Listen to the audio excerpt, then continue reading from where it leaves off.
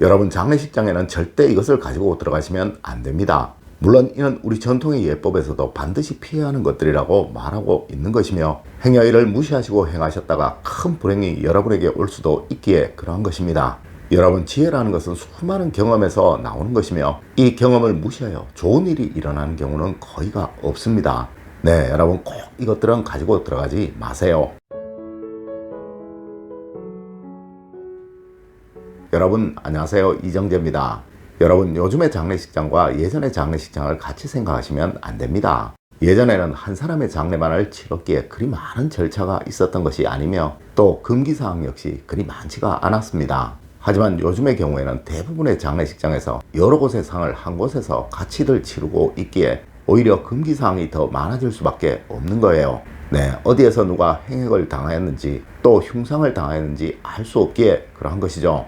여러분 꼭 아셔야 합니다. 사실 천수를 다 누린 길상이라면 길상이라고 할 수 있는 곳에서는 거의 흉사가 발생하지 않습니다. 하지만 흉상의 경우라면 이는 가능하면 피하는 것이 좋다는 것이죠. 물론 예전에도 그러하였습니다. 동물에게 흉을 당하였거나 불행한 객사를 당한 사람의 상은 마을에서 치르지 않고 산에서 사람들을 피하여 치르는 것이 원칙이었으며, 친지들도 마을 사람들도 따로이 나중에 상주에게 마음의 위로를 전했지 절대 이 장례에는 참여하지를 않았다는 거예요.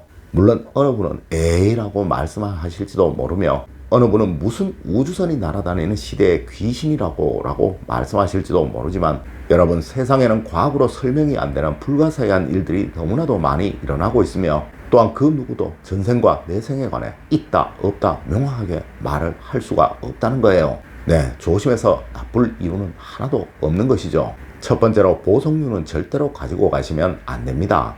여러분, 이는 물론 우리 전통예법에서도 분명히 나오는 것으로, 절대 상갓집에서는 보석류를 착용하여서는 안 된다고 하여서 왕실에서도 이날만큼은 그 어떠한 보석류도 착용하지 않는 것이 원칙이었으며, 또한 그 어디에서도 보석류를 착용하고 장례식에 참여하는 경우는 없었습니다. 물론 이날은 슬픈 날이며 또 경건해야 하는 날이니 화려하고 번쩍이는 것들이 있어서는 안 된다라는 의미에서 그러했던 것일 수도 있으나, 여러분, 우리 전통의 무속에서는 귀신이 화려한 것을 좋아한다고도 말을 합니다. 네, 하여 현대의 경우 다른 장례식장에서 흉사를 당한 귀신이 다가오기에 아주 쉽다라고 말을 한다는 것이죠. 물론 저도 이것이 맞다 틀리다고는 말을 할 수가 없습니다. 네, 저도 귀신을 직접 본 적은 없으니까요. 하지만 여러분, 이는 최소한의 예의는 지켜야 한다는 점에서 해서는 안 되는 행동임은 분명합니다. 여러분, 장례식장에 가실 때는 최소한 보석류의 반지, 목걸이, 팔찌 이런 것은 하지 않으시도록 하십시오. 물론 가능한 귀걸이도 보석류의 것이라면 하지 않으시는 것이 최소한의 상주에 대한 도리일 것입니다. 두 번째로, 아기나 임산부는 절대 상갓집에 들어가시면 안 됩니다. 여러분, 분명 기가 아주 센 사람도 있는 법이며 또 기가 아주 약한 사람도 있는 법입니다. 네, 새 생명을 잉태한 산모나 또 새 생명인 아기는 이 장례식장에는 맞지 않는 거예요. 그리고 우리의 전통 예법에서도 장례식장에 다녀온 사람의 경우는 그 사람이 조부나 아이의 가족이라도 49일이 지나지 않으면 그 아이를 보지 못하도록 하였습니다. 네, 이는 행여모를 행액이 전해질까 우려해서 그러했던 것이죠. 물론 예전에 37일 전에는 아기를 부모와 조부를 제외한 그 누구에게도 보여주지 않았던 것은 이 아기의 면역력의 문제로 인하여 그러했던 것이지만, 이렇게 장례식장을 다녀온 경우에는 그 기간을 훨씬 더 길게 했다는 것이죠. 여러분, 왜 이러했을까요? 맞습니다. 이는 분명 면역력의 문제만은 아니었던 거예요. 물론 여러분들 중에는 장례식장에 아무리 다녀도 아무런 문제도 없더라라고 말씀하시는 분도 있을 수 있겠지만, 여러분, 젊고 건강할 때는 한겨울에 찬물로 목욕을 해도 감기도 걸리지 않는 거예요. 네, 그 사람이 그렇다고 모든 사람들이 다 한겨울에 찬물로 목욕을 할 수 있는 것은 아니지 않나요?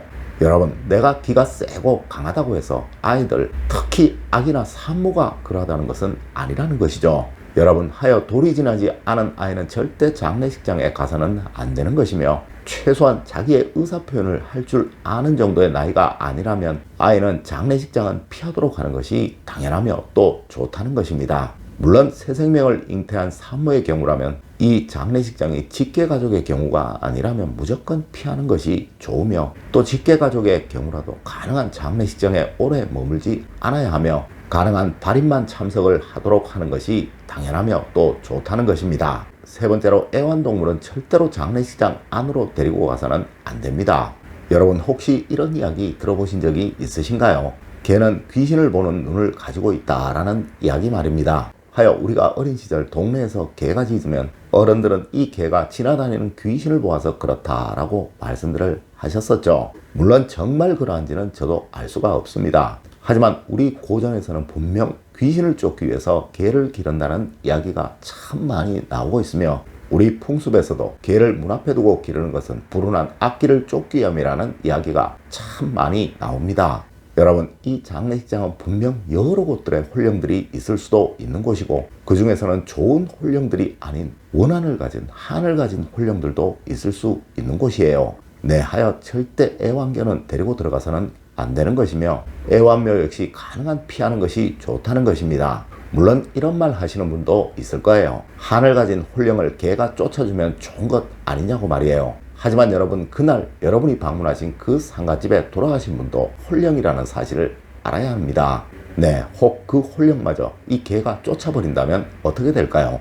여러분 꼭 아셔야 합니다. 예전에 장례를 치를 때는 집안에서 기르던 개도 잠시 다른 곳으로 데려다 놓았다는 그 사실 말이에요. 물론 여러분은 이를 믿지 않으시고 또 무시할 수도 있겠지만 행여 상을 치르시는 분이 이것을 중요하게 생각하시는 분이시라면 아마 여러분을 아주 무례한 사람으로 여기게 될 거예요. 네, 아무래도 서로 기분이 상할 수 있는 이런 행동들은 피하시는 것이 좋겠죠. 네 번째로 책이나 가방은 꼭 놓고 들어가세요. 여러분, 이 책이나 가방은 여러분이 가지고 계신 것들 중에서 양기가 가장 강한 물건들입니다. 네, 절대 책이 많은 곳으로는 귀신이 올 수 없다라는 것이 우리 전통의 생각이었다는 거예요. 하여 우리 풍수학에서도 집안에 책을 많이 놓아두게 되면 양기가 강해져서 활동량이 많아지게 되고 또 번영이 찾아오게 된다라고도 말을 하며 또한 부유한 집에서는 책을 많이 둔다라는 이야기를 반드시 합니다. 여러분, 이 책을 담는 것이 바로 가방이죠. 네, 하여 장례식장에 들어가실 때 가방을 메고 가거나 또 들고 가는 일은 없어야 한다는 거예요. 물론 무엇인가를 전해주어야 하는 일도 있을 수 있을 것입니다. 네, 그렇다면 꼭 종이 가방에 이를 넣어서 가져다 주세요. 혹 이런 질문 하시는 분도 있을 거예요. 여성분들의 핸드백은 어쩌냐고 말이에요. 여러분, 핸드백에 책을 넣어 다니시는 분은 없으시죠? 맞습니다. 제가 말씀드린 이 가방은 책을 넣었거나 또 책을 넣을 수 있는 가방을 말하는 것입니다. 여러분, 이런 가방은 꼭 장례식장에 들어가실 때는 차에 두고 중요한 것은 다른 곳에 넣어서 가지고 들어가세요. 다섯 번째로, 장례식장에는 여러분 절대 바로 들어가지 마십시오. 여러분, 장례식장에 들어가실 때는 꼭 바로 들어가지 마시고 그 앞에 서서 5분 정도 마음을 가다듬으시고 들어가십시오. 네, 그것이 예의입니다. 이는 행여 여러분의 마음의 준비가 안 된 상태에서 애도의 마음, 슬픔의 마음을 충분히 전달하지 못할 것을 우려하여 제가 드리는 말씀입니다. 여러분, 오늘은 우리의 전통과 예법에서 말하는 장례식장에 절대 가지고 들어가서는 안 되는 것들에 관해 알려드렸습니다. 여러분 꼭 아셔야 합니다. 매사 조심해서 나쁠 것은 없으며 또 내가 대수롭지 않게 생각하고 무시한다고 해서 상대도 그렇게 생각하는 것은 아니라는 것을 말이에요. 항상 예법과 예의를 지키셔서 늘 타인들로부터 존경을 받으시는 여러분이 되시길 부탁드리며 오늘 이야기를 마치도록 하겠습니다. 늘 올바른 학문과 올바른 지식을 여러분들께 전하도록 노력하겠습니다. 여러분 긴 시간 감사드립니다. 감사합니다.